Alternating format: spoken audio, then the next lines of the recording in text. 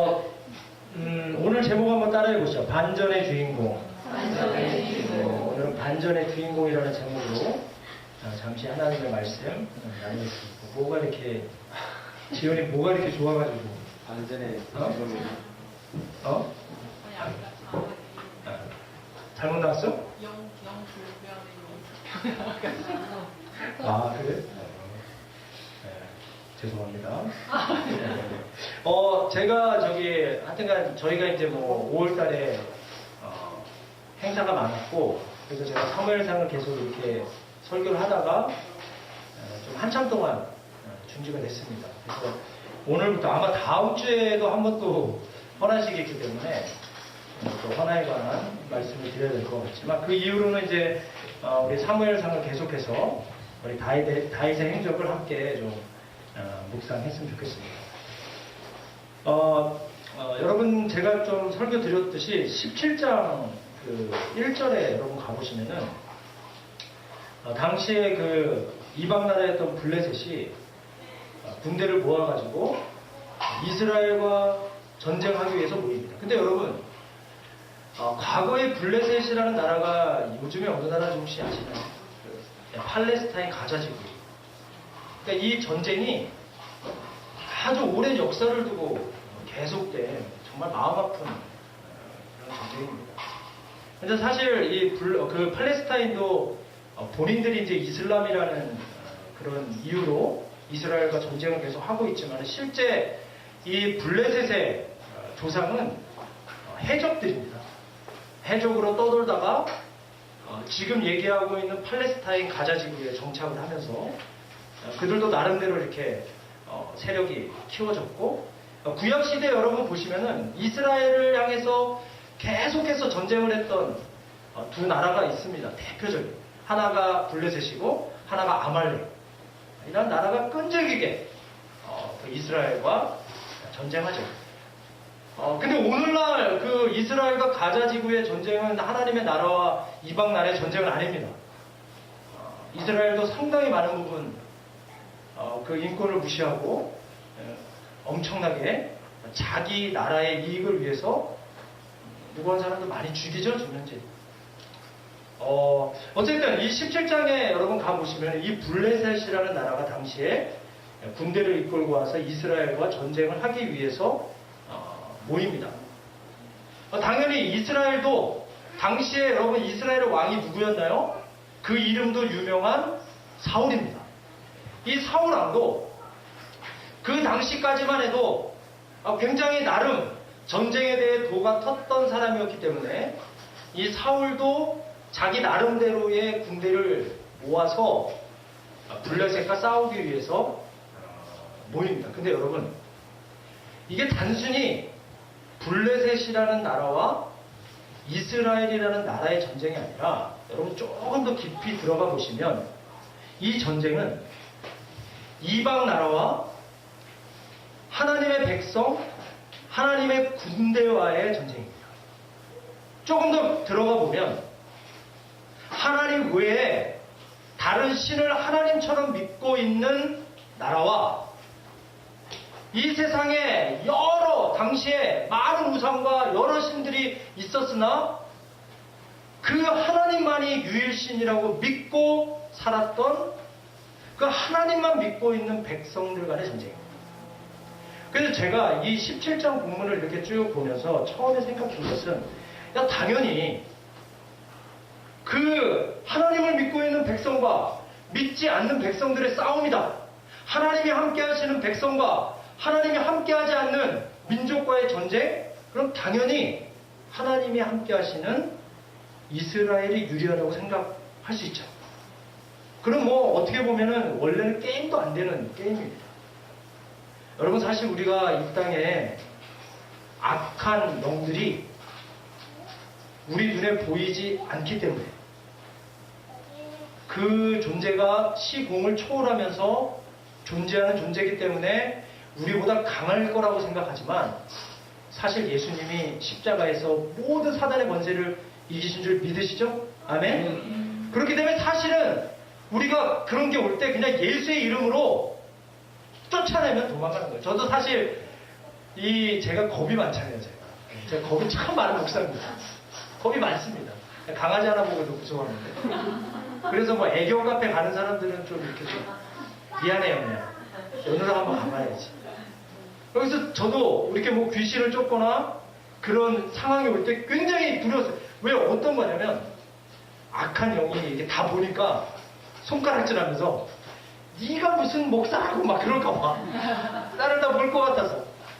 그러나 그때 어느 강사분이 가르쳐주더라고요. 만약에 가서 사단의 특징은 참소하는 거잖아요. 그 자리에서 만약에 참소해요. 야 김성호 네가 무슨 목사라고 그러면 얘기하라 그래도 그래 나 그렇다 어쩔래.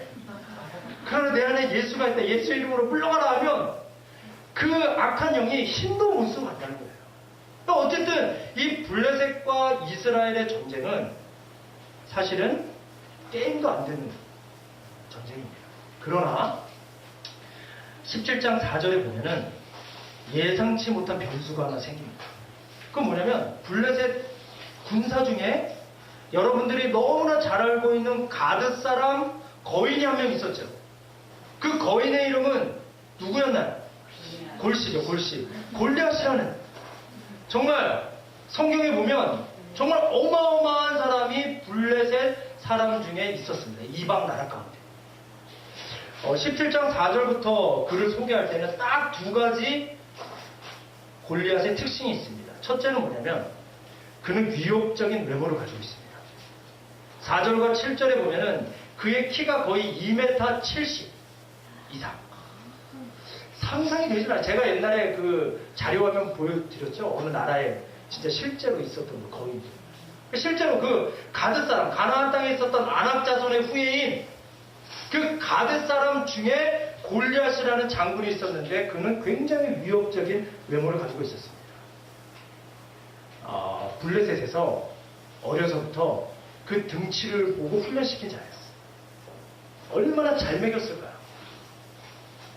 그래서 이 골리앗이 키만 큰 게 아니고 그가 가지고 있는 장비는 당시에 정말 살인적인 위협적인 최신 장비들을 그가 이렇게 무장을 하고 있었습니다.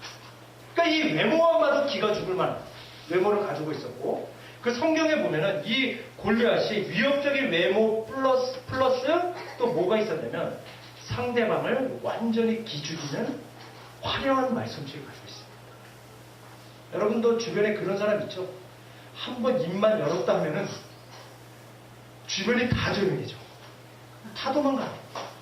여러분 보세요. 골리앗이 생긴 것도 그렇게 무섭게 생겼는데 말까지도 엄청나게 세게 나가니까 그 성경에 보면은 이 골리앗이 써먹는 말솜씨 중에 두 가지입니다. 하나는 모욕적인 말을 막 퍼버려. 그리고 또 하나는 저주를 해버려요. 하나님도 저주하고 하나님을 믿는 사람들도 저주해요. 그러니까 이 골리앗은 상대방을 기죽이는 화려한 말솜씨를 가지고 있어요. 그러니까 그 당시 골리앗을 보기만 해도 죽이더라고요. 그 소리를 듣기만 해도 주눅이 들고 두려워할 만한 존재, 그 사람이 바로 골리앗입니다. 아마 여러분 인생에도 분명 골리앗 같은 존재가 있을 것입니다. 골리앗 같은 환경이 있었지만 그게 사람일 수도 있고 그것이 환경일 수도 있고 도저히 내가 볼 때는 어려서부터 이것만큼은 내가 넘을 수 없다라고 생각하는. 그리고 왠지 모르게 그대 앞에만 서면 난 왜 이렇게 작아지는지 그렇게 느껴지는 존재가 있습니다. 그게 부모일 수도 있고요. 정말 내가 친하다고 생각하는 친구일 수도 있고 아니면 돈일 수도 있죠. 세상의 권력이나 명예일 수 있고 아니면 직장의 그 까다로운 상사일 수도 있습니다. 어쨌든 이 블레셋 나라에는 예상치 못한 장수가 숨어 있었죠. 여러분 그런데 제가 전에 한번 말씀드린 것 같은데 17장 4절에 보면은 골리앗에게도 약점이 하나 있습니다. 골리앗이 물론 위협적인 외모를 가지고 있었어요. 그리고 화려한 말솜씨로 사람을 팍팍 기죽입니다. 그러나 4절에 보면은 그는 싸움을 도두는 자라는 말이 나옵니다. 그러니까 이 말은 뭐냐면 여러분 17장 끝날 때까지 골리앗이 한 번도 싸움을 하지 않습니다. 실제로. 어려서부터 화려한 말로 그리고 그 위협적인 외모를 가지고 싸움만 돋우는 거예요. 그 얘기의 뜻은 뭐냐면 이 사람은 위협을 주고 겁만 주는 존재라는 거예요. 그러니까 실제로 골리앗이 싸움을 정말 잘했다라는 근거를 성경에서 어디를 봐도 찾아볼 수가 없습니다. 여러분, 여러분들을 겁주는 그 존재도 골리앗 같을 수 있어요. 여러분에게 문제가 있어서 그놈이 계속해서 여러분들의 약점을 보고 덤벼들 수 있습니다. 마치 뒤에 조그만 아이가 숨어 있으면서 겉으로는 엄청나게 큰 힘을 가지고 있는 것처럼 여러분들에게 덤빌 수 있지만 그 존재가 생각보다 약할 수 있습니다. 여러분, 그런데 문제는 뭐냐면 어쨌든 이스라엘 군대가 그 골리앗의 그 위협적인 외모와 기죽이는 말솜씨를 보고 어떤 반응을 보였냐면은 이 이스라엘 군대들이요, 하나님의 함께 하심을 잊어버렸습니다. 이게 문제가 됐어요. 그 환경을 초월해서 나와 함께 하시며 수백 년간, 수천 년간 역사 속에서 함께 하신 그 모든 위기에서 건져주신 어떠한 장애물과 어떠한 골리앗도 이기게 해주신 그 하나님이 나와 함께 하신다는 임마누엘의 마음을 잊어버렸습니다. 너무나 환경이 두려우니까, 지금 내 앞에 닥친 그 골리앗이 너무나 무섭게 느껴지니까 하나님이 나와 함께 하신다는 사실을 이 하나님의 백성인 하나님의 군대인 이스라엘 백성이 잊어버렸습니다. 그리고 또 하나는 자기의 정체성을 다 잊어버렸습니다. 자기네는 하나님의 군대라는 자기 정체성을 잊어버리고 11절 24절에 가보면 어떻게 반응을 보였냐면 놀라고 크게 두려워했다. 놀라요. 크게 두려워합니다. 그리고 24절에 보면은 심히 두려워하여 결국에는 도망갔다라고 나옵니다. 이제는 아주 골리앗이 나타나기만 해도 그 골리앗을 보고 도망가버리는 아주 비겁한 사람들로 이스라엘 군대가 전락을 했습니다. 그러니까 이스라엘 군대는 왕을 비롯해서 그 수많았던 이스라엘 군대 모두가 사기가 다 떨어졌고, 사기가 다 떨어졌죠. 무려 며칠 동안이냐면 40일 동안 골리앗이 아침 저녁으로 나와서 하나님 모욕합니다. 하나님을 저주해요. 자기들이 믿고 있는, 자기의 삶의 주인이라고 여기고 있는 그 하나님을, 정말 피조물밖에 되지 않는 그 골리앗이라는 이방 나라의 그 군대 장관이 하나님을 욕하고 하나님을 모욕하는데, 이미 그들은 하나님을 잊어버렸고 자기 정체성을 잊어버렸기 때문에 거기에서 아무런 하나님 백성다운 행동을 하지 못합니다. 여러분, 생각해 보십시오. 이스라엘의 문제는 뭐였을까? 왜 그들이 이렇게 그 하나님을 저주하고 하나님을 모욕하는 그 사람 앞에서 한 번도 대항하지 못하고 무서워서 도망가는 존재가 됐을까? 저는 한 가지 이유는 이거라고 생각합니다. 그들이 골리앗의 강함에 너무 집중했다는 거예요. 그의 강함, 그의 대단한 것, 그 환경이 주는 그 부분에, 그 상황에 너무나 집중을 했다는 겁니다. 여러분, 우리 앞에 두려운 상황, 우리 앞에 펼쳐진 도저히 내가 넘어갈 수 없다라고 하는 산을 집중하는 것은 상관없습니다. 그런데 그 다음에 하나님을 보면 괜찮아요. 그 상황보다 크시고 얼마든지 내 앞에 처해 있는 이 어려운 문제를 이기게 하실 하나님을 그들이 봤다면 문제가 여기까지 가지 않았을 것입니다. 그런데 이들이요, 골리앗의 강함을 본 다음에 그 다음에 문제는 뭐냐면 거기에 비해 초라한 자기에게 집중합니다. 나는 보니까 등치도 크지 않고 화려한 무기도 없고 말솜씨도 되지 않고 그 골리앗에 비해 보잘것없는 자기에게 집중한 것이 문제가 됐어요. 그러니까 하나님이 보이지 않죠. 그러니까 두려움을 느낍니다. 그러니까 싸움도 하기 전에 패배감을 경험하는 것입니다. 여러분 죄송하지만 제가 신앙생활하면서 정말 안타까운 사람들 중에 하나는 뭐냐면 너무나 자기 문제에만 집중하면서 신앙생활하는 사람이 있어요. 여러분 제가 한번 여러분들 일일이 다 얘기하면서 한번 고민과 문제와 해결되지 않은 것들 있는지 없는지 얘기하면 여기 아마 다 많은 것들을 가지고 있을 것입니다. 그런데 어떤 사람은 유독 신앙생활 하면서 자기 문제에만 집중해요. 내 것만 해결돼야 되고, 내가 치유받아야 되고, 내가 은혜 받아야 되고, 내 문제만 해결돼야 되고, 여러분 그 문제 해결되잖아요. 그럼 또 다른 문제가 나타납니다. 그럼 또 자기에게 집중해요. 언제 남한테 집중하시나요? 여러분 그런데 문제는 뭐냐면 자기에게만 집중하는 신앙생활을 하다 보면은 하나님 보이지 않습니다. 세상을 이길 수 있는 힘이 생기지 않아요. 그래서 어떤 분이 얘기했죠. 오히려 자기의 문제에 집중하지 않고 내가 많은 상처가 있어요. 아픔이 있습니다. 과거의 부모로부터 아니면 내 삶 속에 닥쳐온 많은 문제들이 있어요. 그것에 집중하기보다 눈을 밖으로 돌려봤다는 거예요. 자기보다 더 어려운 형편에 있는 사람을 찾아가서 그의 상처를 싸매주고 그를 위로해주고 그를 위해 기도해주다 보니까 희한한 건 뭐냐면 자기 안에 있는 문제도 같이 치유가 되더라고요. 여러분 이스라엘 군대의 문제는 그것이었습니다. 상황에 대단한 것을 보고 거기에 그친 것이 아니라 그거에 비해 연약해 있는 자기 모습을 보면서 두려움을 느끼게 된다. 여러분 제가 여러분께 부탁을 드립니다. 물론 여러분 문제도 치유하셔야죠. 그러나 우리가 예수님을 정말로 믿는다면 정말 예수님이 그 십자가에서 우리의 모든 죄악뿐만 아니라 우리의 모든 연약함을 담당하셨다고 믿는다면 내 모든 약함, 내 모든 고통, 그 모든 상처까지 안고 그분이 십자가에 달려 돌아가셨다고 믿는다면 여러분들이 지금 당하고 있는 열등감을 느끼고 죄책감을 느끼고 치유받아야 될 거라고 생각하는 그 여러 가지 문제들도 이미 예수 안에 치유됐다고 여러분 믿으시기 바랍니다. 할렐루야? 네. 이미 우리는 치유받았어요. 마귀는 계속해서 우리에게 얘기합니다. 사단은 우리에게 얘기합니다. 야, 네가 뭐 그거 해결 안 되고 어떻게 하나님께 헌신해? 네가 무슨 찬양인도야? 네가 무슨 설교래? 네가 무슨 리더야?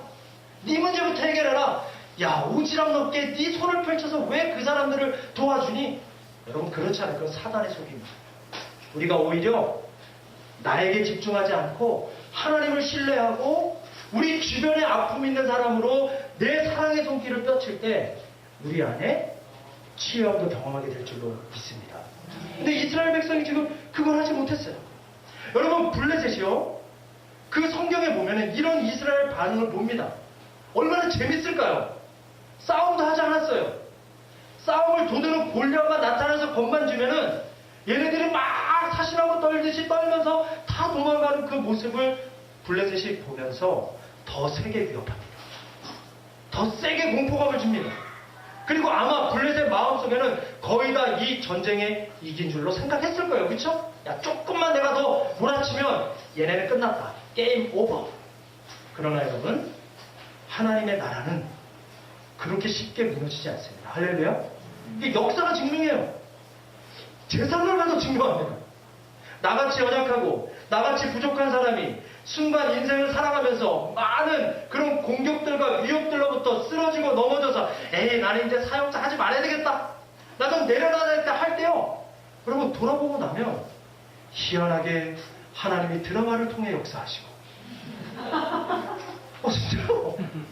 그 다음에 그 당시에 막 유행했던 입 또한 지나가리라 막 그런 문장이 레마로 내 마음에 꽂히면서 이게 하시고 여러분 하나님의 나라는 쉽게 무너지지 않아요. 여러분 하나님께서 반전의 주인공을 준비하십니다. 여러분 하나님이 어떤 방법으로 블레셋을 물리치셨냐면 대단한 방법 쓰지 않았습니다. 그리고 하나님이 직접 개입하지도 않아요.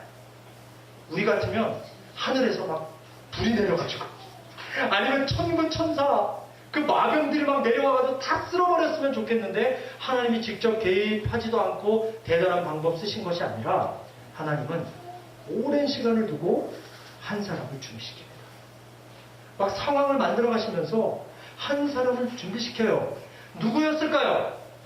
너무 유치한 질문이죠. 다윗을 하나님이 준비시키십니다. 반전의 주인공으로 준비시켜요. 근데 여러분, 이 다윗의 집안을 보면은 대단한 집안 아니었어요. 그리고 이 다윗의 집안을 보면 그냥 평범한 집안입니다. 그것도 그 한 가정의 막내였죠. 그렇게 별로 주목받지 못한 존재였습니다. 그리고 다윗의 직업은 뭐였나요?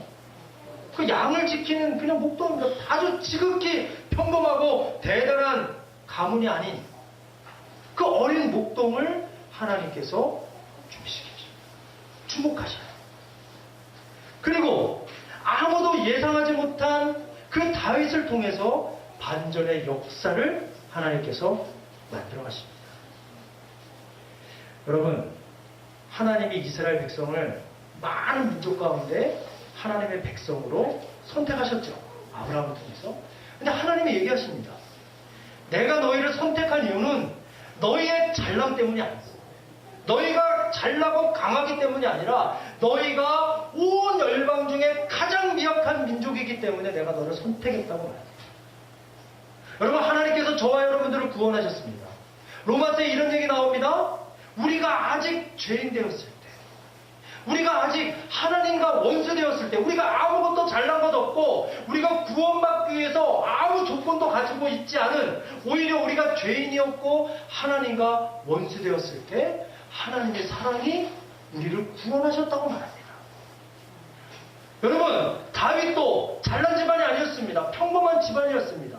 이스라엘 민족도 대단한 민족이 아니었습니다. 가장 연약한 민족이었습니다. 저와 여러분도 다른 사람에 비해 그렇게 잘나지 않았습니다. 그럼에도 불구하고 하나님이 저와 여러분들을 구원해 주시고 이스라엘 민족을 지목하시고 다윗을 선택하신 이유는 딱 한 가지. 자랑하지 못하게 하려고. 할렐루야. 만약에 내 조건이 있었다면 자랑했겠죠. 다윗이 왕이 될 만한 충분한 조건이 있었으면 자랑했을 것입니다. 그러나 자랑하지 못하게 하려고. 평생 나를 구원해 주신, 나를 선택해 주신 그 하나님만 의지하면서 겸손하게 살라고 다윗을 하나님이 선택하셨습니다. 여러분, 그런데요, 다윗에게도 장점은 하나 있었습니다. 다윗의 가장 중요한 장점 하나는 뭐였냐면, 다윗은 중심이 바른 사람이에요. 뭐가 바른 사람? 중심이 바른 사람이다. 그 마음의 태도, 그 삶의 태도가 굉장히 하나님 보시기에 바른 사람이었습니다. 그는 겸손했죠. 그는 순종의 사람이었습니다. 그는 겸손하고 순종했는데 하나님께만 순종한 게 아니고 성경에 보면 자기의 육신의 아버지께도 굉장히 겸손하게 순종할 줄 아는 순종의 사람이었습니다. 그러니까 다윗은 외모적으로 보면, 세상적으로 보면 잘난 것이 없지만 성경에 하나님은 외모를 보지 않는다고 말씀했습니다. 하나님은 중심을 보시는, 마음을 보시는, 그 마음의 태도를 보시는 분이라고 말씀합니다. 할렐루야? 그래서 하나님이 그 마음 중심에 하나님을 의지하고 겸손하게 자기의 권위에 대해 순종할 줄 아는 다윗의 태도를 보고 마음에 드셨다는 거예요. 여러분, 혹시라도 여러분 집안 때문에 아니면 내 스펙 때문에 고민하는 분들, 여러분 너무 염려하지 마십시오. 여러분들의 마음 중심이, 여러분들의 마음의 태도가 하나님 보시기에 좋으면 하나님께서는 하나님의 방법대로 여러분을 반전의 주인공으로 사용해 주실 줄로 믿습니다. 할렐루야? 그러니까 하나님께서 지금 그 다윗의 그 중심을 보고 골리앗과 싸움이 있기 전, 아주 그 전부터 다윗을 지목하셨어요. 그리고 사울의 다음으로 그에게 기름을 부으셨습니다. 여러분, 그런데 다윗이 기름 부음 받았을 때 아주 중요한 현상이 하나 일어납니다. 하나님의 영이 다윗과 함께해요. 충만하게 하나님의 영이 임합니다. 다윗이 그 이스라엘의 2대 왕으로 기름 부음 받은 그때부터 하나님의 영이 다윗과 함께해요. 그러니까 이 사람은 성령 충만한 사람으로 변화되게 되죠. 여러분, 그런데 이 다윗이 바로 왕의 역할을 한 건 아니었죠? 기름 부음을 받았지만 계속 평범하게 목동의 일을 하고 있습니다. 그것 가지고 조급해하지 않았어요. 하나님의 때를 기다릴 줄 아는 다윗이었습니다. 오늘 우리가 본 이 블레셋과의 전쟁이 있을 때도 다윗은 그 당시에 전쟁터에 있었던 건 아닙니다. 그는 그때 양을 돌보고 있었죠. 그래서 하나님께서 그 아버지가 그 이미 전쟁터에 나간 세 형이 있었잖아요. 세 형이 전쟁에 나갔습니다. 그래서 그 세 아들들이 살아있는지 죽었는지가 궁금해서 막내 아들인 다윗을 시켜서 심부름을 보냅니다. 간식을 잔뜩 싸가지고 한번 형의 안부를 물어보라고 다윗을 보내요. 근데 여러분, 성경에 보면은 다윗은, 아까도 제가 말씀드렸지만 다윗은 어떤 사람입니다? 순종의 사람입니다. 그래서 17장 20절에 보면은 다윗이 아버지의 명령을 듣고 성경에 보면 아침 일찍이 일어나서 아버지의 명령대로 갔다라는 말이 나옵니다. 여러분, 우리 아이들한테 우리가 심부름 시켜보지만 심부름하기 싫은 아이는 어떻게 하나요? 민기죠. 나중에 막 답답해가지고 부모님들이 가시죠. 그냥 내가 너한테 다시는 심부름을 시키나 마. 그러고 가요. 그런데 이 다윗은 순종의 사람이었기 때문에 아버지의 명령을 받고 아침 일찍 일어나서 아버지의 명령대로 순종해서 길을 떠납니다. 여러분, 다윗의 삶을 보면요, 가라면 가요. 지키고 있으라면 그냥 지켜요. 오라 그러면 옵니다. 어떻게 보면 굉장히 바보 같은 모습을 보여요. 여러분, 하나님께서 이 땅의 그리스도인에게 가장 기뻐하시는 태도 중에 하나는 뭐냐면 쪼다같이 사는 거예요.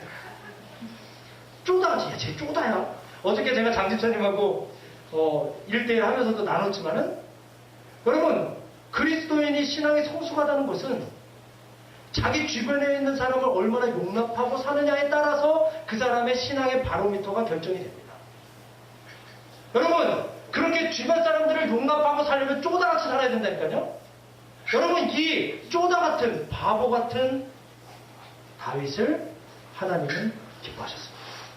그래서 여러분, 우리도 이 땅을 살아가면서 그런 일이 많습니다. 그래서 제가 이 다윗을 물론 순종의 사람이라고도 얘기할 수 있고 겸손의 사람이라고도 얘기할 수 있지만, 다윗을 저는 이렇게 표현하고 싶어요. 다윗은 예수를 생각나게 하는 사람이다. 할렐루야. 다윗은 누군가? 다윗은 예수님을 생각나게 하는 사람. 여러분, 예수님은 빌립보서 2장에 보면 아버지 하나님의 명령을 받아서 하늘 보좌를 버리고 그 낮고 낮은 이 땅에 인간의 몸을 입고 순종해서 오셨습니다. 쪼다같죠. 그리고 성경에 보면 십자가에 죽기까지 바보같이 순종하셨던 그 예수님을 다윗은 많이 닮았습니다. 여러분, 제가 바라기는 우리 사랑하는 교회에 속한 우리 성도님들, 세상적으로 많은 성공은 하지 못하더라도 주변 사람들에게, 야, 이 사람은 정말 예수님이 생각나는 사람이다라고 칭찬받을 수 있는 사람 되시기를 예수님의 이름으로 부탁을 드립니다. 여러분, 그렇게 사는 거 어렵지 않아요. 쪼다같이 사는데 막 자존심 상해도 양보하고, 정말 내 속이 부글부글해도 참아주고, 좀 손해가 있는 것 같더라도 양보하고, 되도록이면 월급을 조금 주는 대로 가고. 이거 힘든 겁니다. 쪼다같이 승진할 수 없는 자리에 가고, 거기에 무슨 길이 있을지 알아요. 우리 옆에 사람 보시면서 한번 이렇게 축복하시죠. 당신을 보니 예수님이 생각납니다. 할렐루야. 네. 저를 보고도 예수님이 생각날 수 있도록 저도 노력하겠습니다. 또 어쨌든 이 다윗은 예수님이 생각나는 사람이에요. 그 다윗이 앞으로 자기 인생에 펼쳐질 그 일들을 모르고 그냥 심부름을 갑니다. 그런데 전쟁터에 도착했을 때 당시 상황은 이스라엘에게 최악이었죠. 블레셋은 기세가 당당해서 정과 같이 골리앗이 나와서 막 떠듭니다. 또 하나님의 백성을 모욕하고 하나님의 백성을 막 저주해. 아마요, 골리앗이 오늘도 그냥 이렇게 적당히 겁주고 들어가면 내가 오늘 할 일 다 했다 생각하고 그날 나왔을 거예요.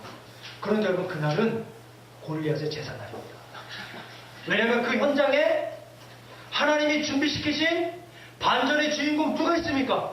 다윗이 있어요. 그리고 다윗이 이 골리앗의 모욕적인 이야기를 그 현장에서 듣습니다.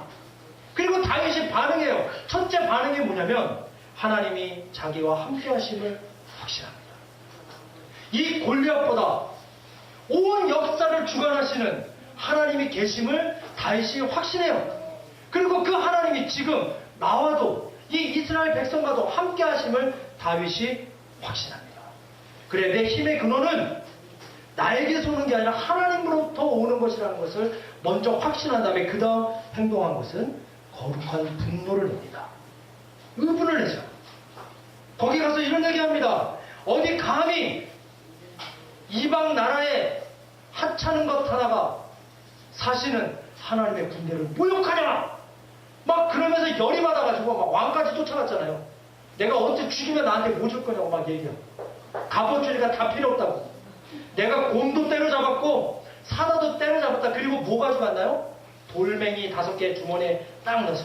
제가 말씀드렸죠? 이거 뭐 3세판 하나 던지고 안 되면 또 던지겠다는 생각으로 가져간 게 아니라 당시 블레셋 나라는 5 부족이 연합한 국가입니다.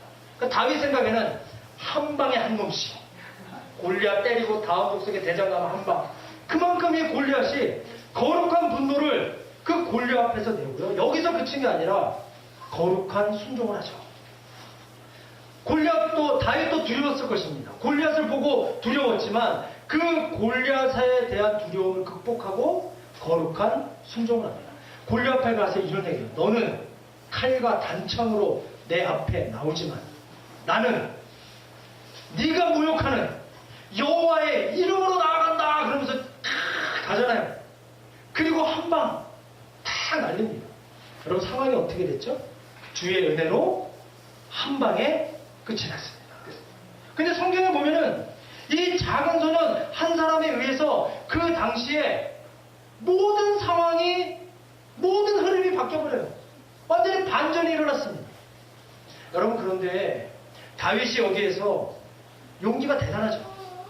그의 믿음의 순종도 대단하지만 저는 여기에서 묵상하면서 하나 깨달음이 오고 감동이 오는 것은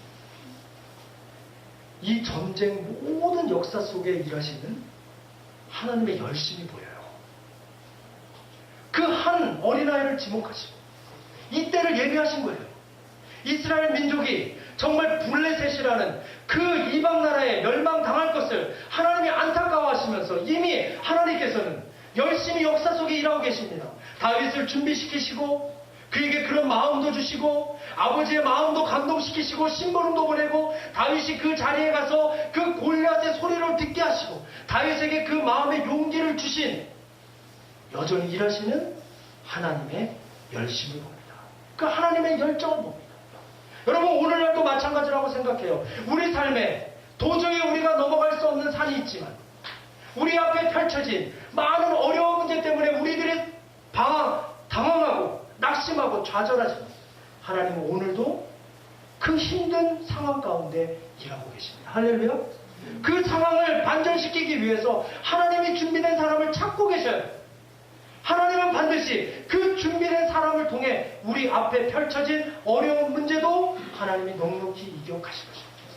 여러분, 우리가 읽었던 이 50절부터 54절로 보면 마지막 상황을 보면 전쟁의 모든 상황이 이 반전의 주인공 하나님과 다윗을 통해 역전이 됩니다.